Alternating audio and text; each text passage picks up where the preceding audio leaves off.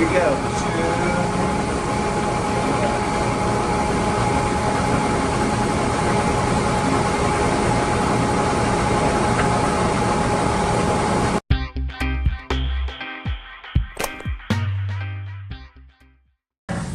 All right, so now I want to talk to you a little bit about tow in this system, because I saw one of the early videos describing how to use the product, and what they were doing was they were measuring, they were putting both you see this bracket over here on the front tire. They get the bracket on correctly.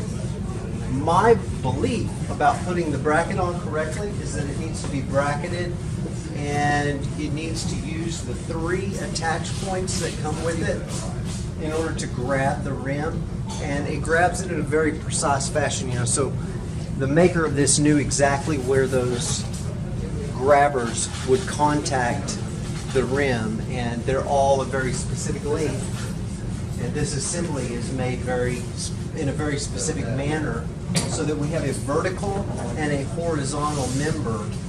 And that's the test as to whether or not you have it on correctly, is to make sure that your vertical is, well, vertical, and your horizontal is horizontal. Once you've done that, your bracket, your T bracket, is on properly. Now don't forget, you're going to want to do that after having made sure that your suspension has settled. If you've lifted the vehicle and looked at, done some work like I did, I put on a caliper, you need to put your car back down and drive it a little bit. And so I did that. I drove over to the gym and did my little thing over there, brought it back. You definitely don't want to just set it down and align it, because it's going to need to settle a little bit. Also, there's more going on here with tow than just the difference in tow from the front left to the front right. That is called cross tow. You have cross camber and cross caster and cross tow. And yeah, it's an important factor from the standpoint if you're going to want this thing to be towed in a little bit. This is how you definitely don't want to drive around your car with the thing towed out. You want it towed in just a little bit. That's just standard knowledge with automobiles.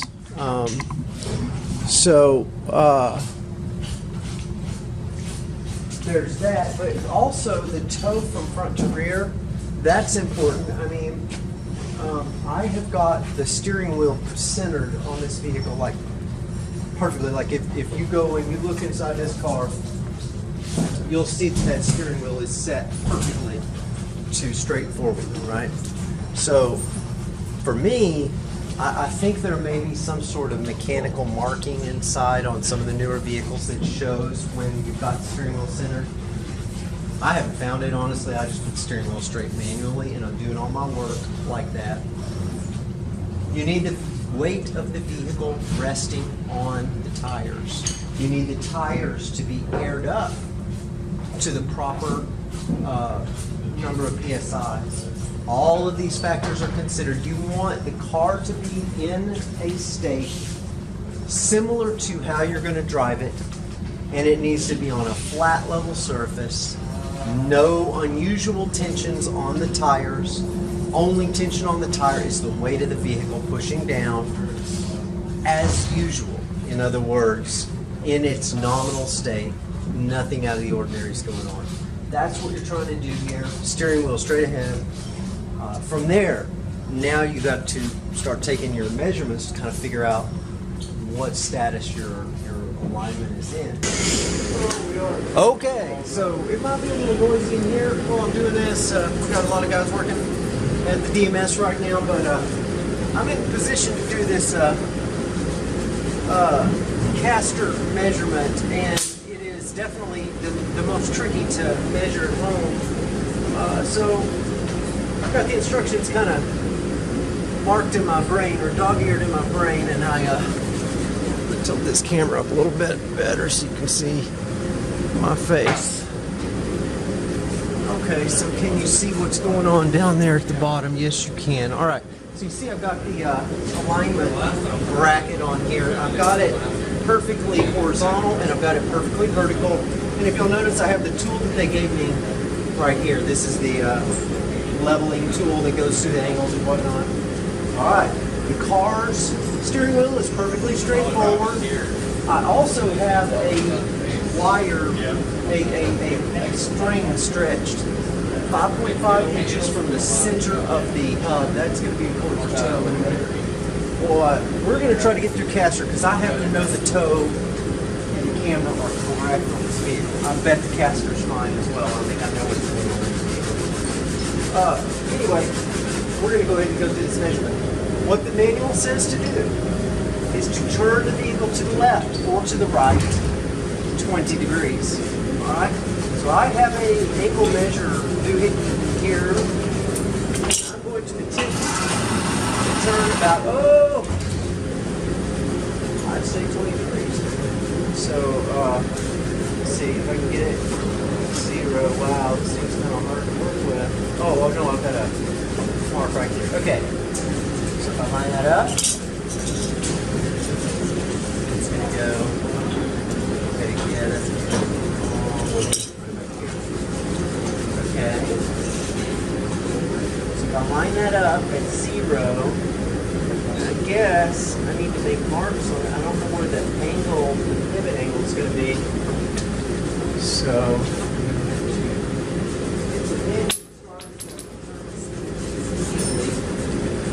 with the engine running.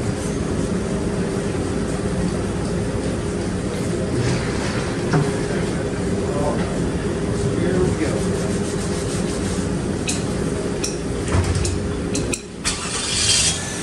All right. I don't know where the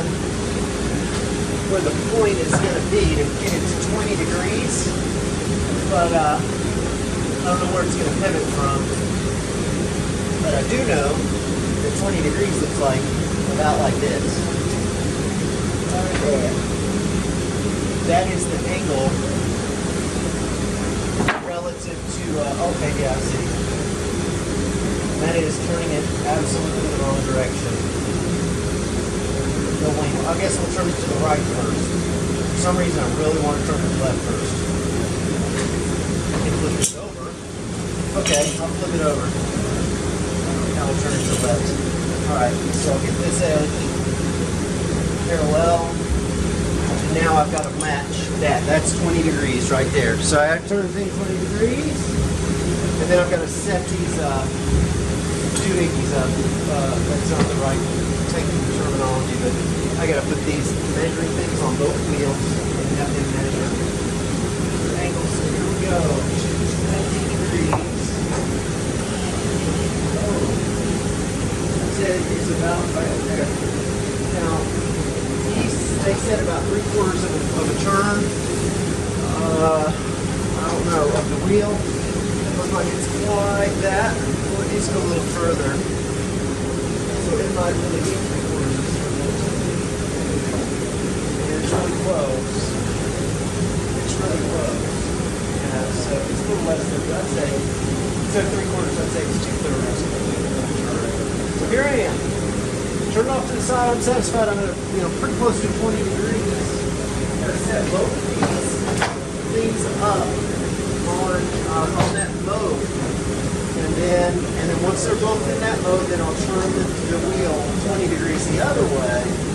That should yield caster measurements much higher. So it says here. Zero it out.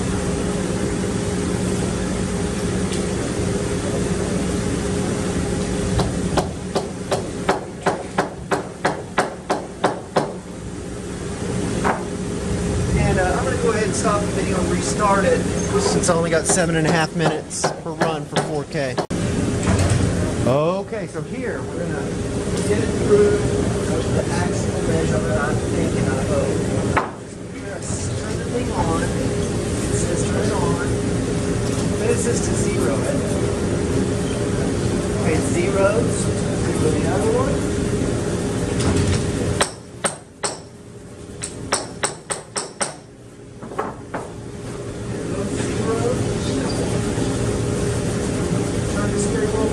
center and then 20 degrees. Okay, so I'm going to go ahead and turn the 20 around.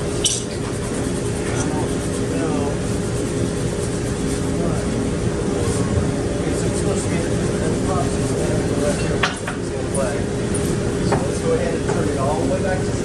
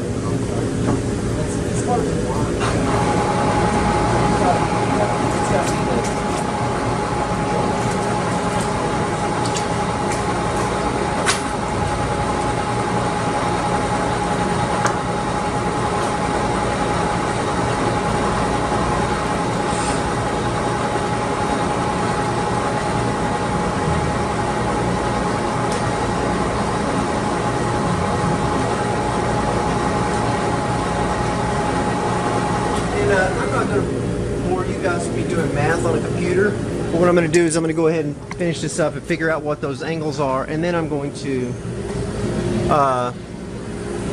talk to you one more time about kind of our conclusions here, what we found out, and get off this lift so that the next there's a class that's about to happen here. They need to use it. So okay, what conclusions can we draw from what's just happened here? I think that the conclusions to me are very clear because I drive that car every day, and I have for over a year. And well,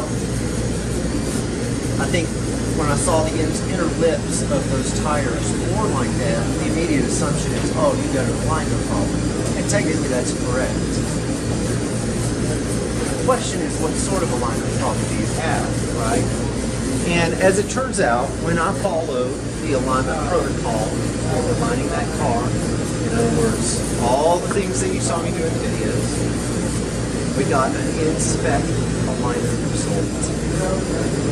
What do you do when you have an alignment problem and you have an in-spec alignment result? It tells you that there's some of the problem somewhere. But it's still alignment, probably, because the wheels are jacked up. Well, I'm sure anybody who's ever had an older car has gone to the mechanic and gone to try to get their car aligned and heard this sob story about, well, we can't align your car because stuff's, your stuff's so old, everything's shifting around under there. That's the Mazda right now. Now, the good news is I have replaced pretty much all the suspension parts, and there's a lot of them on that car. Except for the bushings on the lower control arm. The bad news is a new control arm is like $400 a piece. Well, I doubt I'm going to have to spend $400 for each control arm. Probably will be able to locate some appropriately sized bushings and swap out the bushings using our DMS presses. We've got two of them now. We got an arbor press, and I don't know what you call this other one, an air hydraulic shop press, 50 ton. Very nice piece of equipment. So believe me, we can get those bushings on and off of a control arm at Dallas Makerspace. So you know, I think as opposed to paying $400, I think I'll just buy the bushings and do that. You know, call me crazy. So I think I'm arriving at the right conclusion here. We did get the French benefit of seeing this kit work. And again, I'm very impressed with that kit. The kit was easy to use. No, it wasn't. It was complicated. Easy. I'm an engineer, so I was able to use it. I think one other person has been able to use it in DMS, and they got Camber. I'm sorry. Yeah, they got Camber and tow. They weren't able to figure out the caster, but I just videoed us doing it, and interestingly, we got an in-spec result on each tire following that process, so pretty sure I did it right. So, anyway, without any further ado, I guess I'm going to start pointing my sights at getting those bushings, and we'll, figuring out where I'm going to get some tires, because those tires aren't going to last very long. I'm definitely going to get stuck on the side of the road. So, anyway, thanks for watching.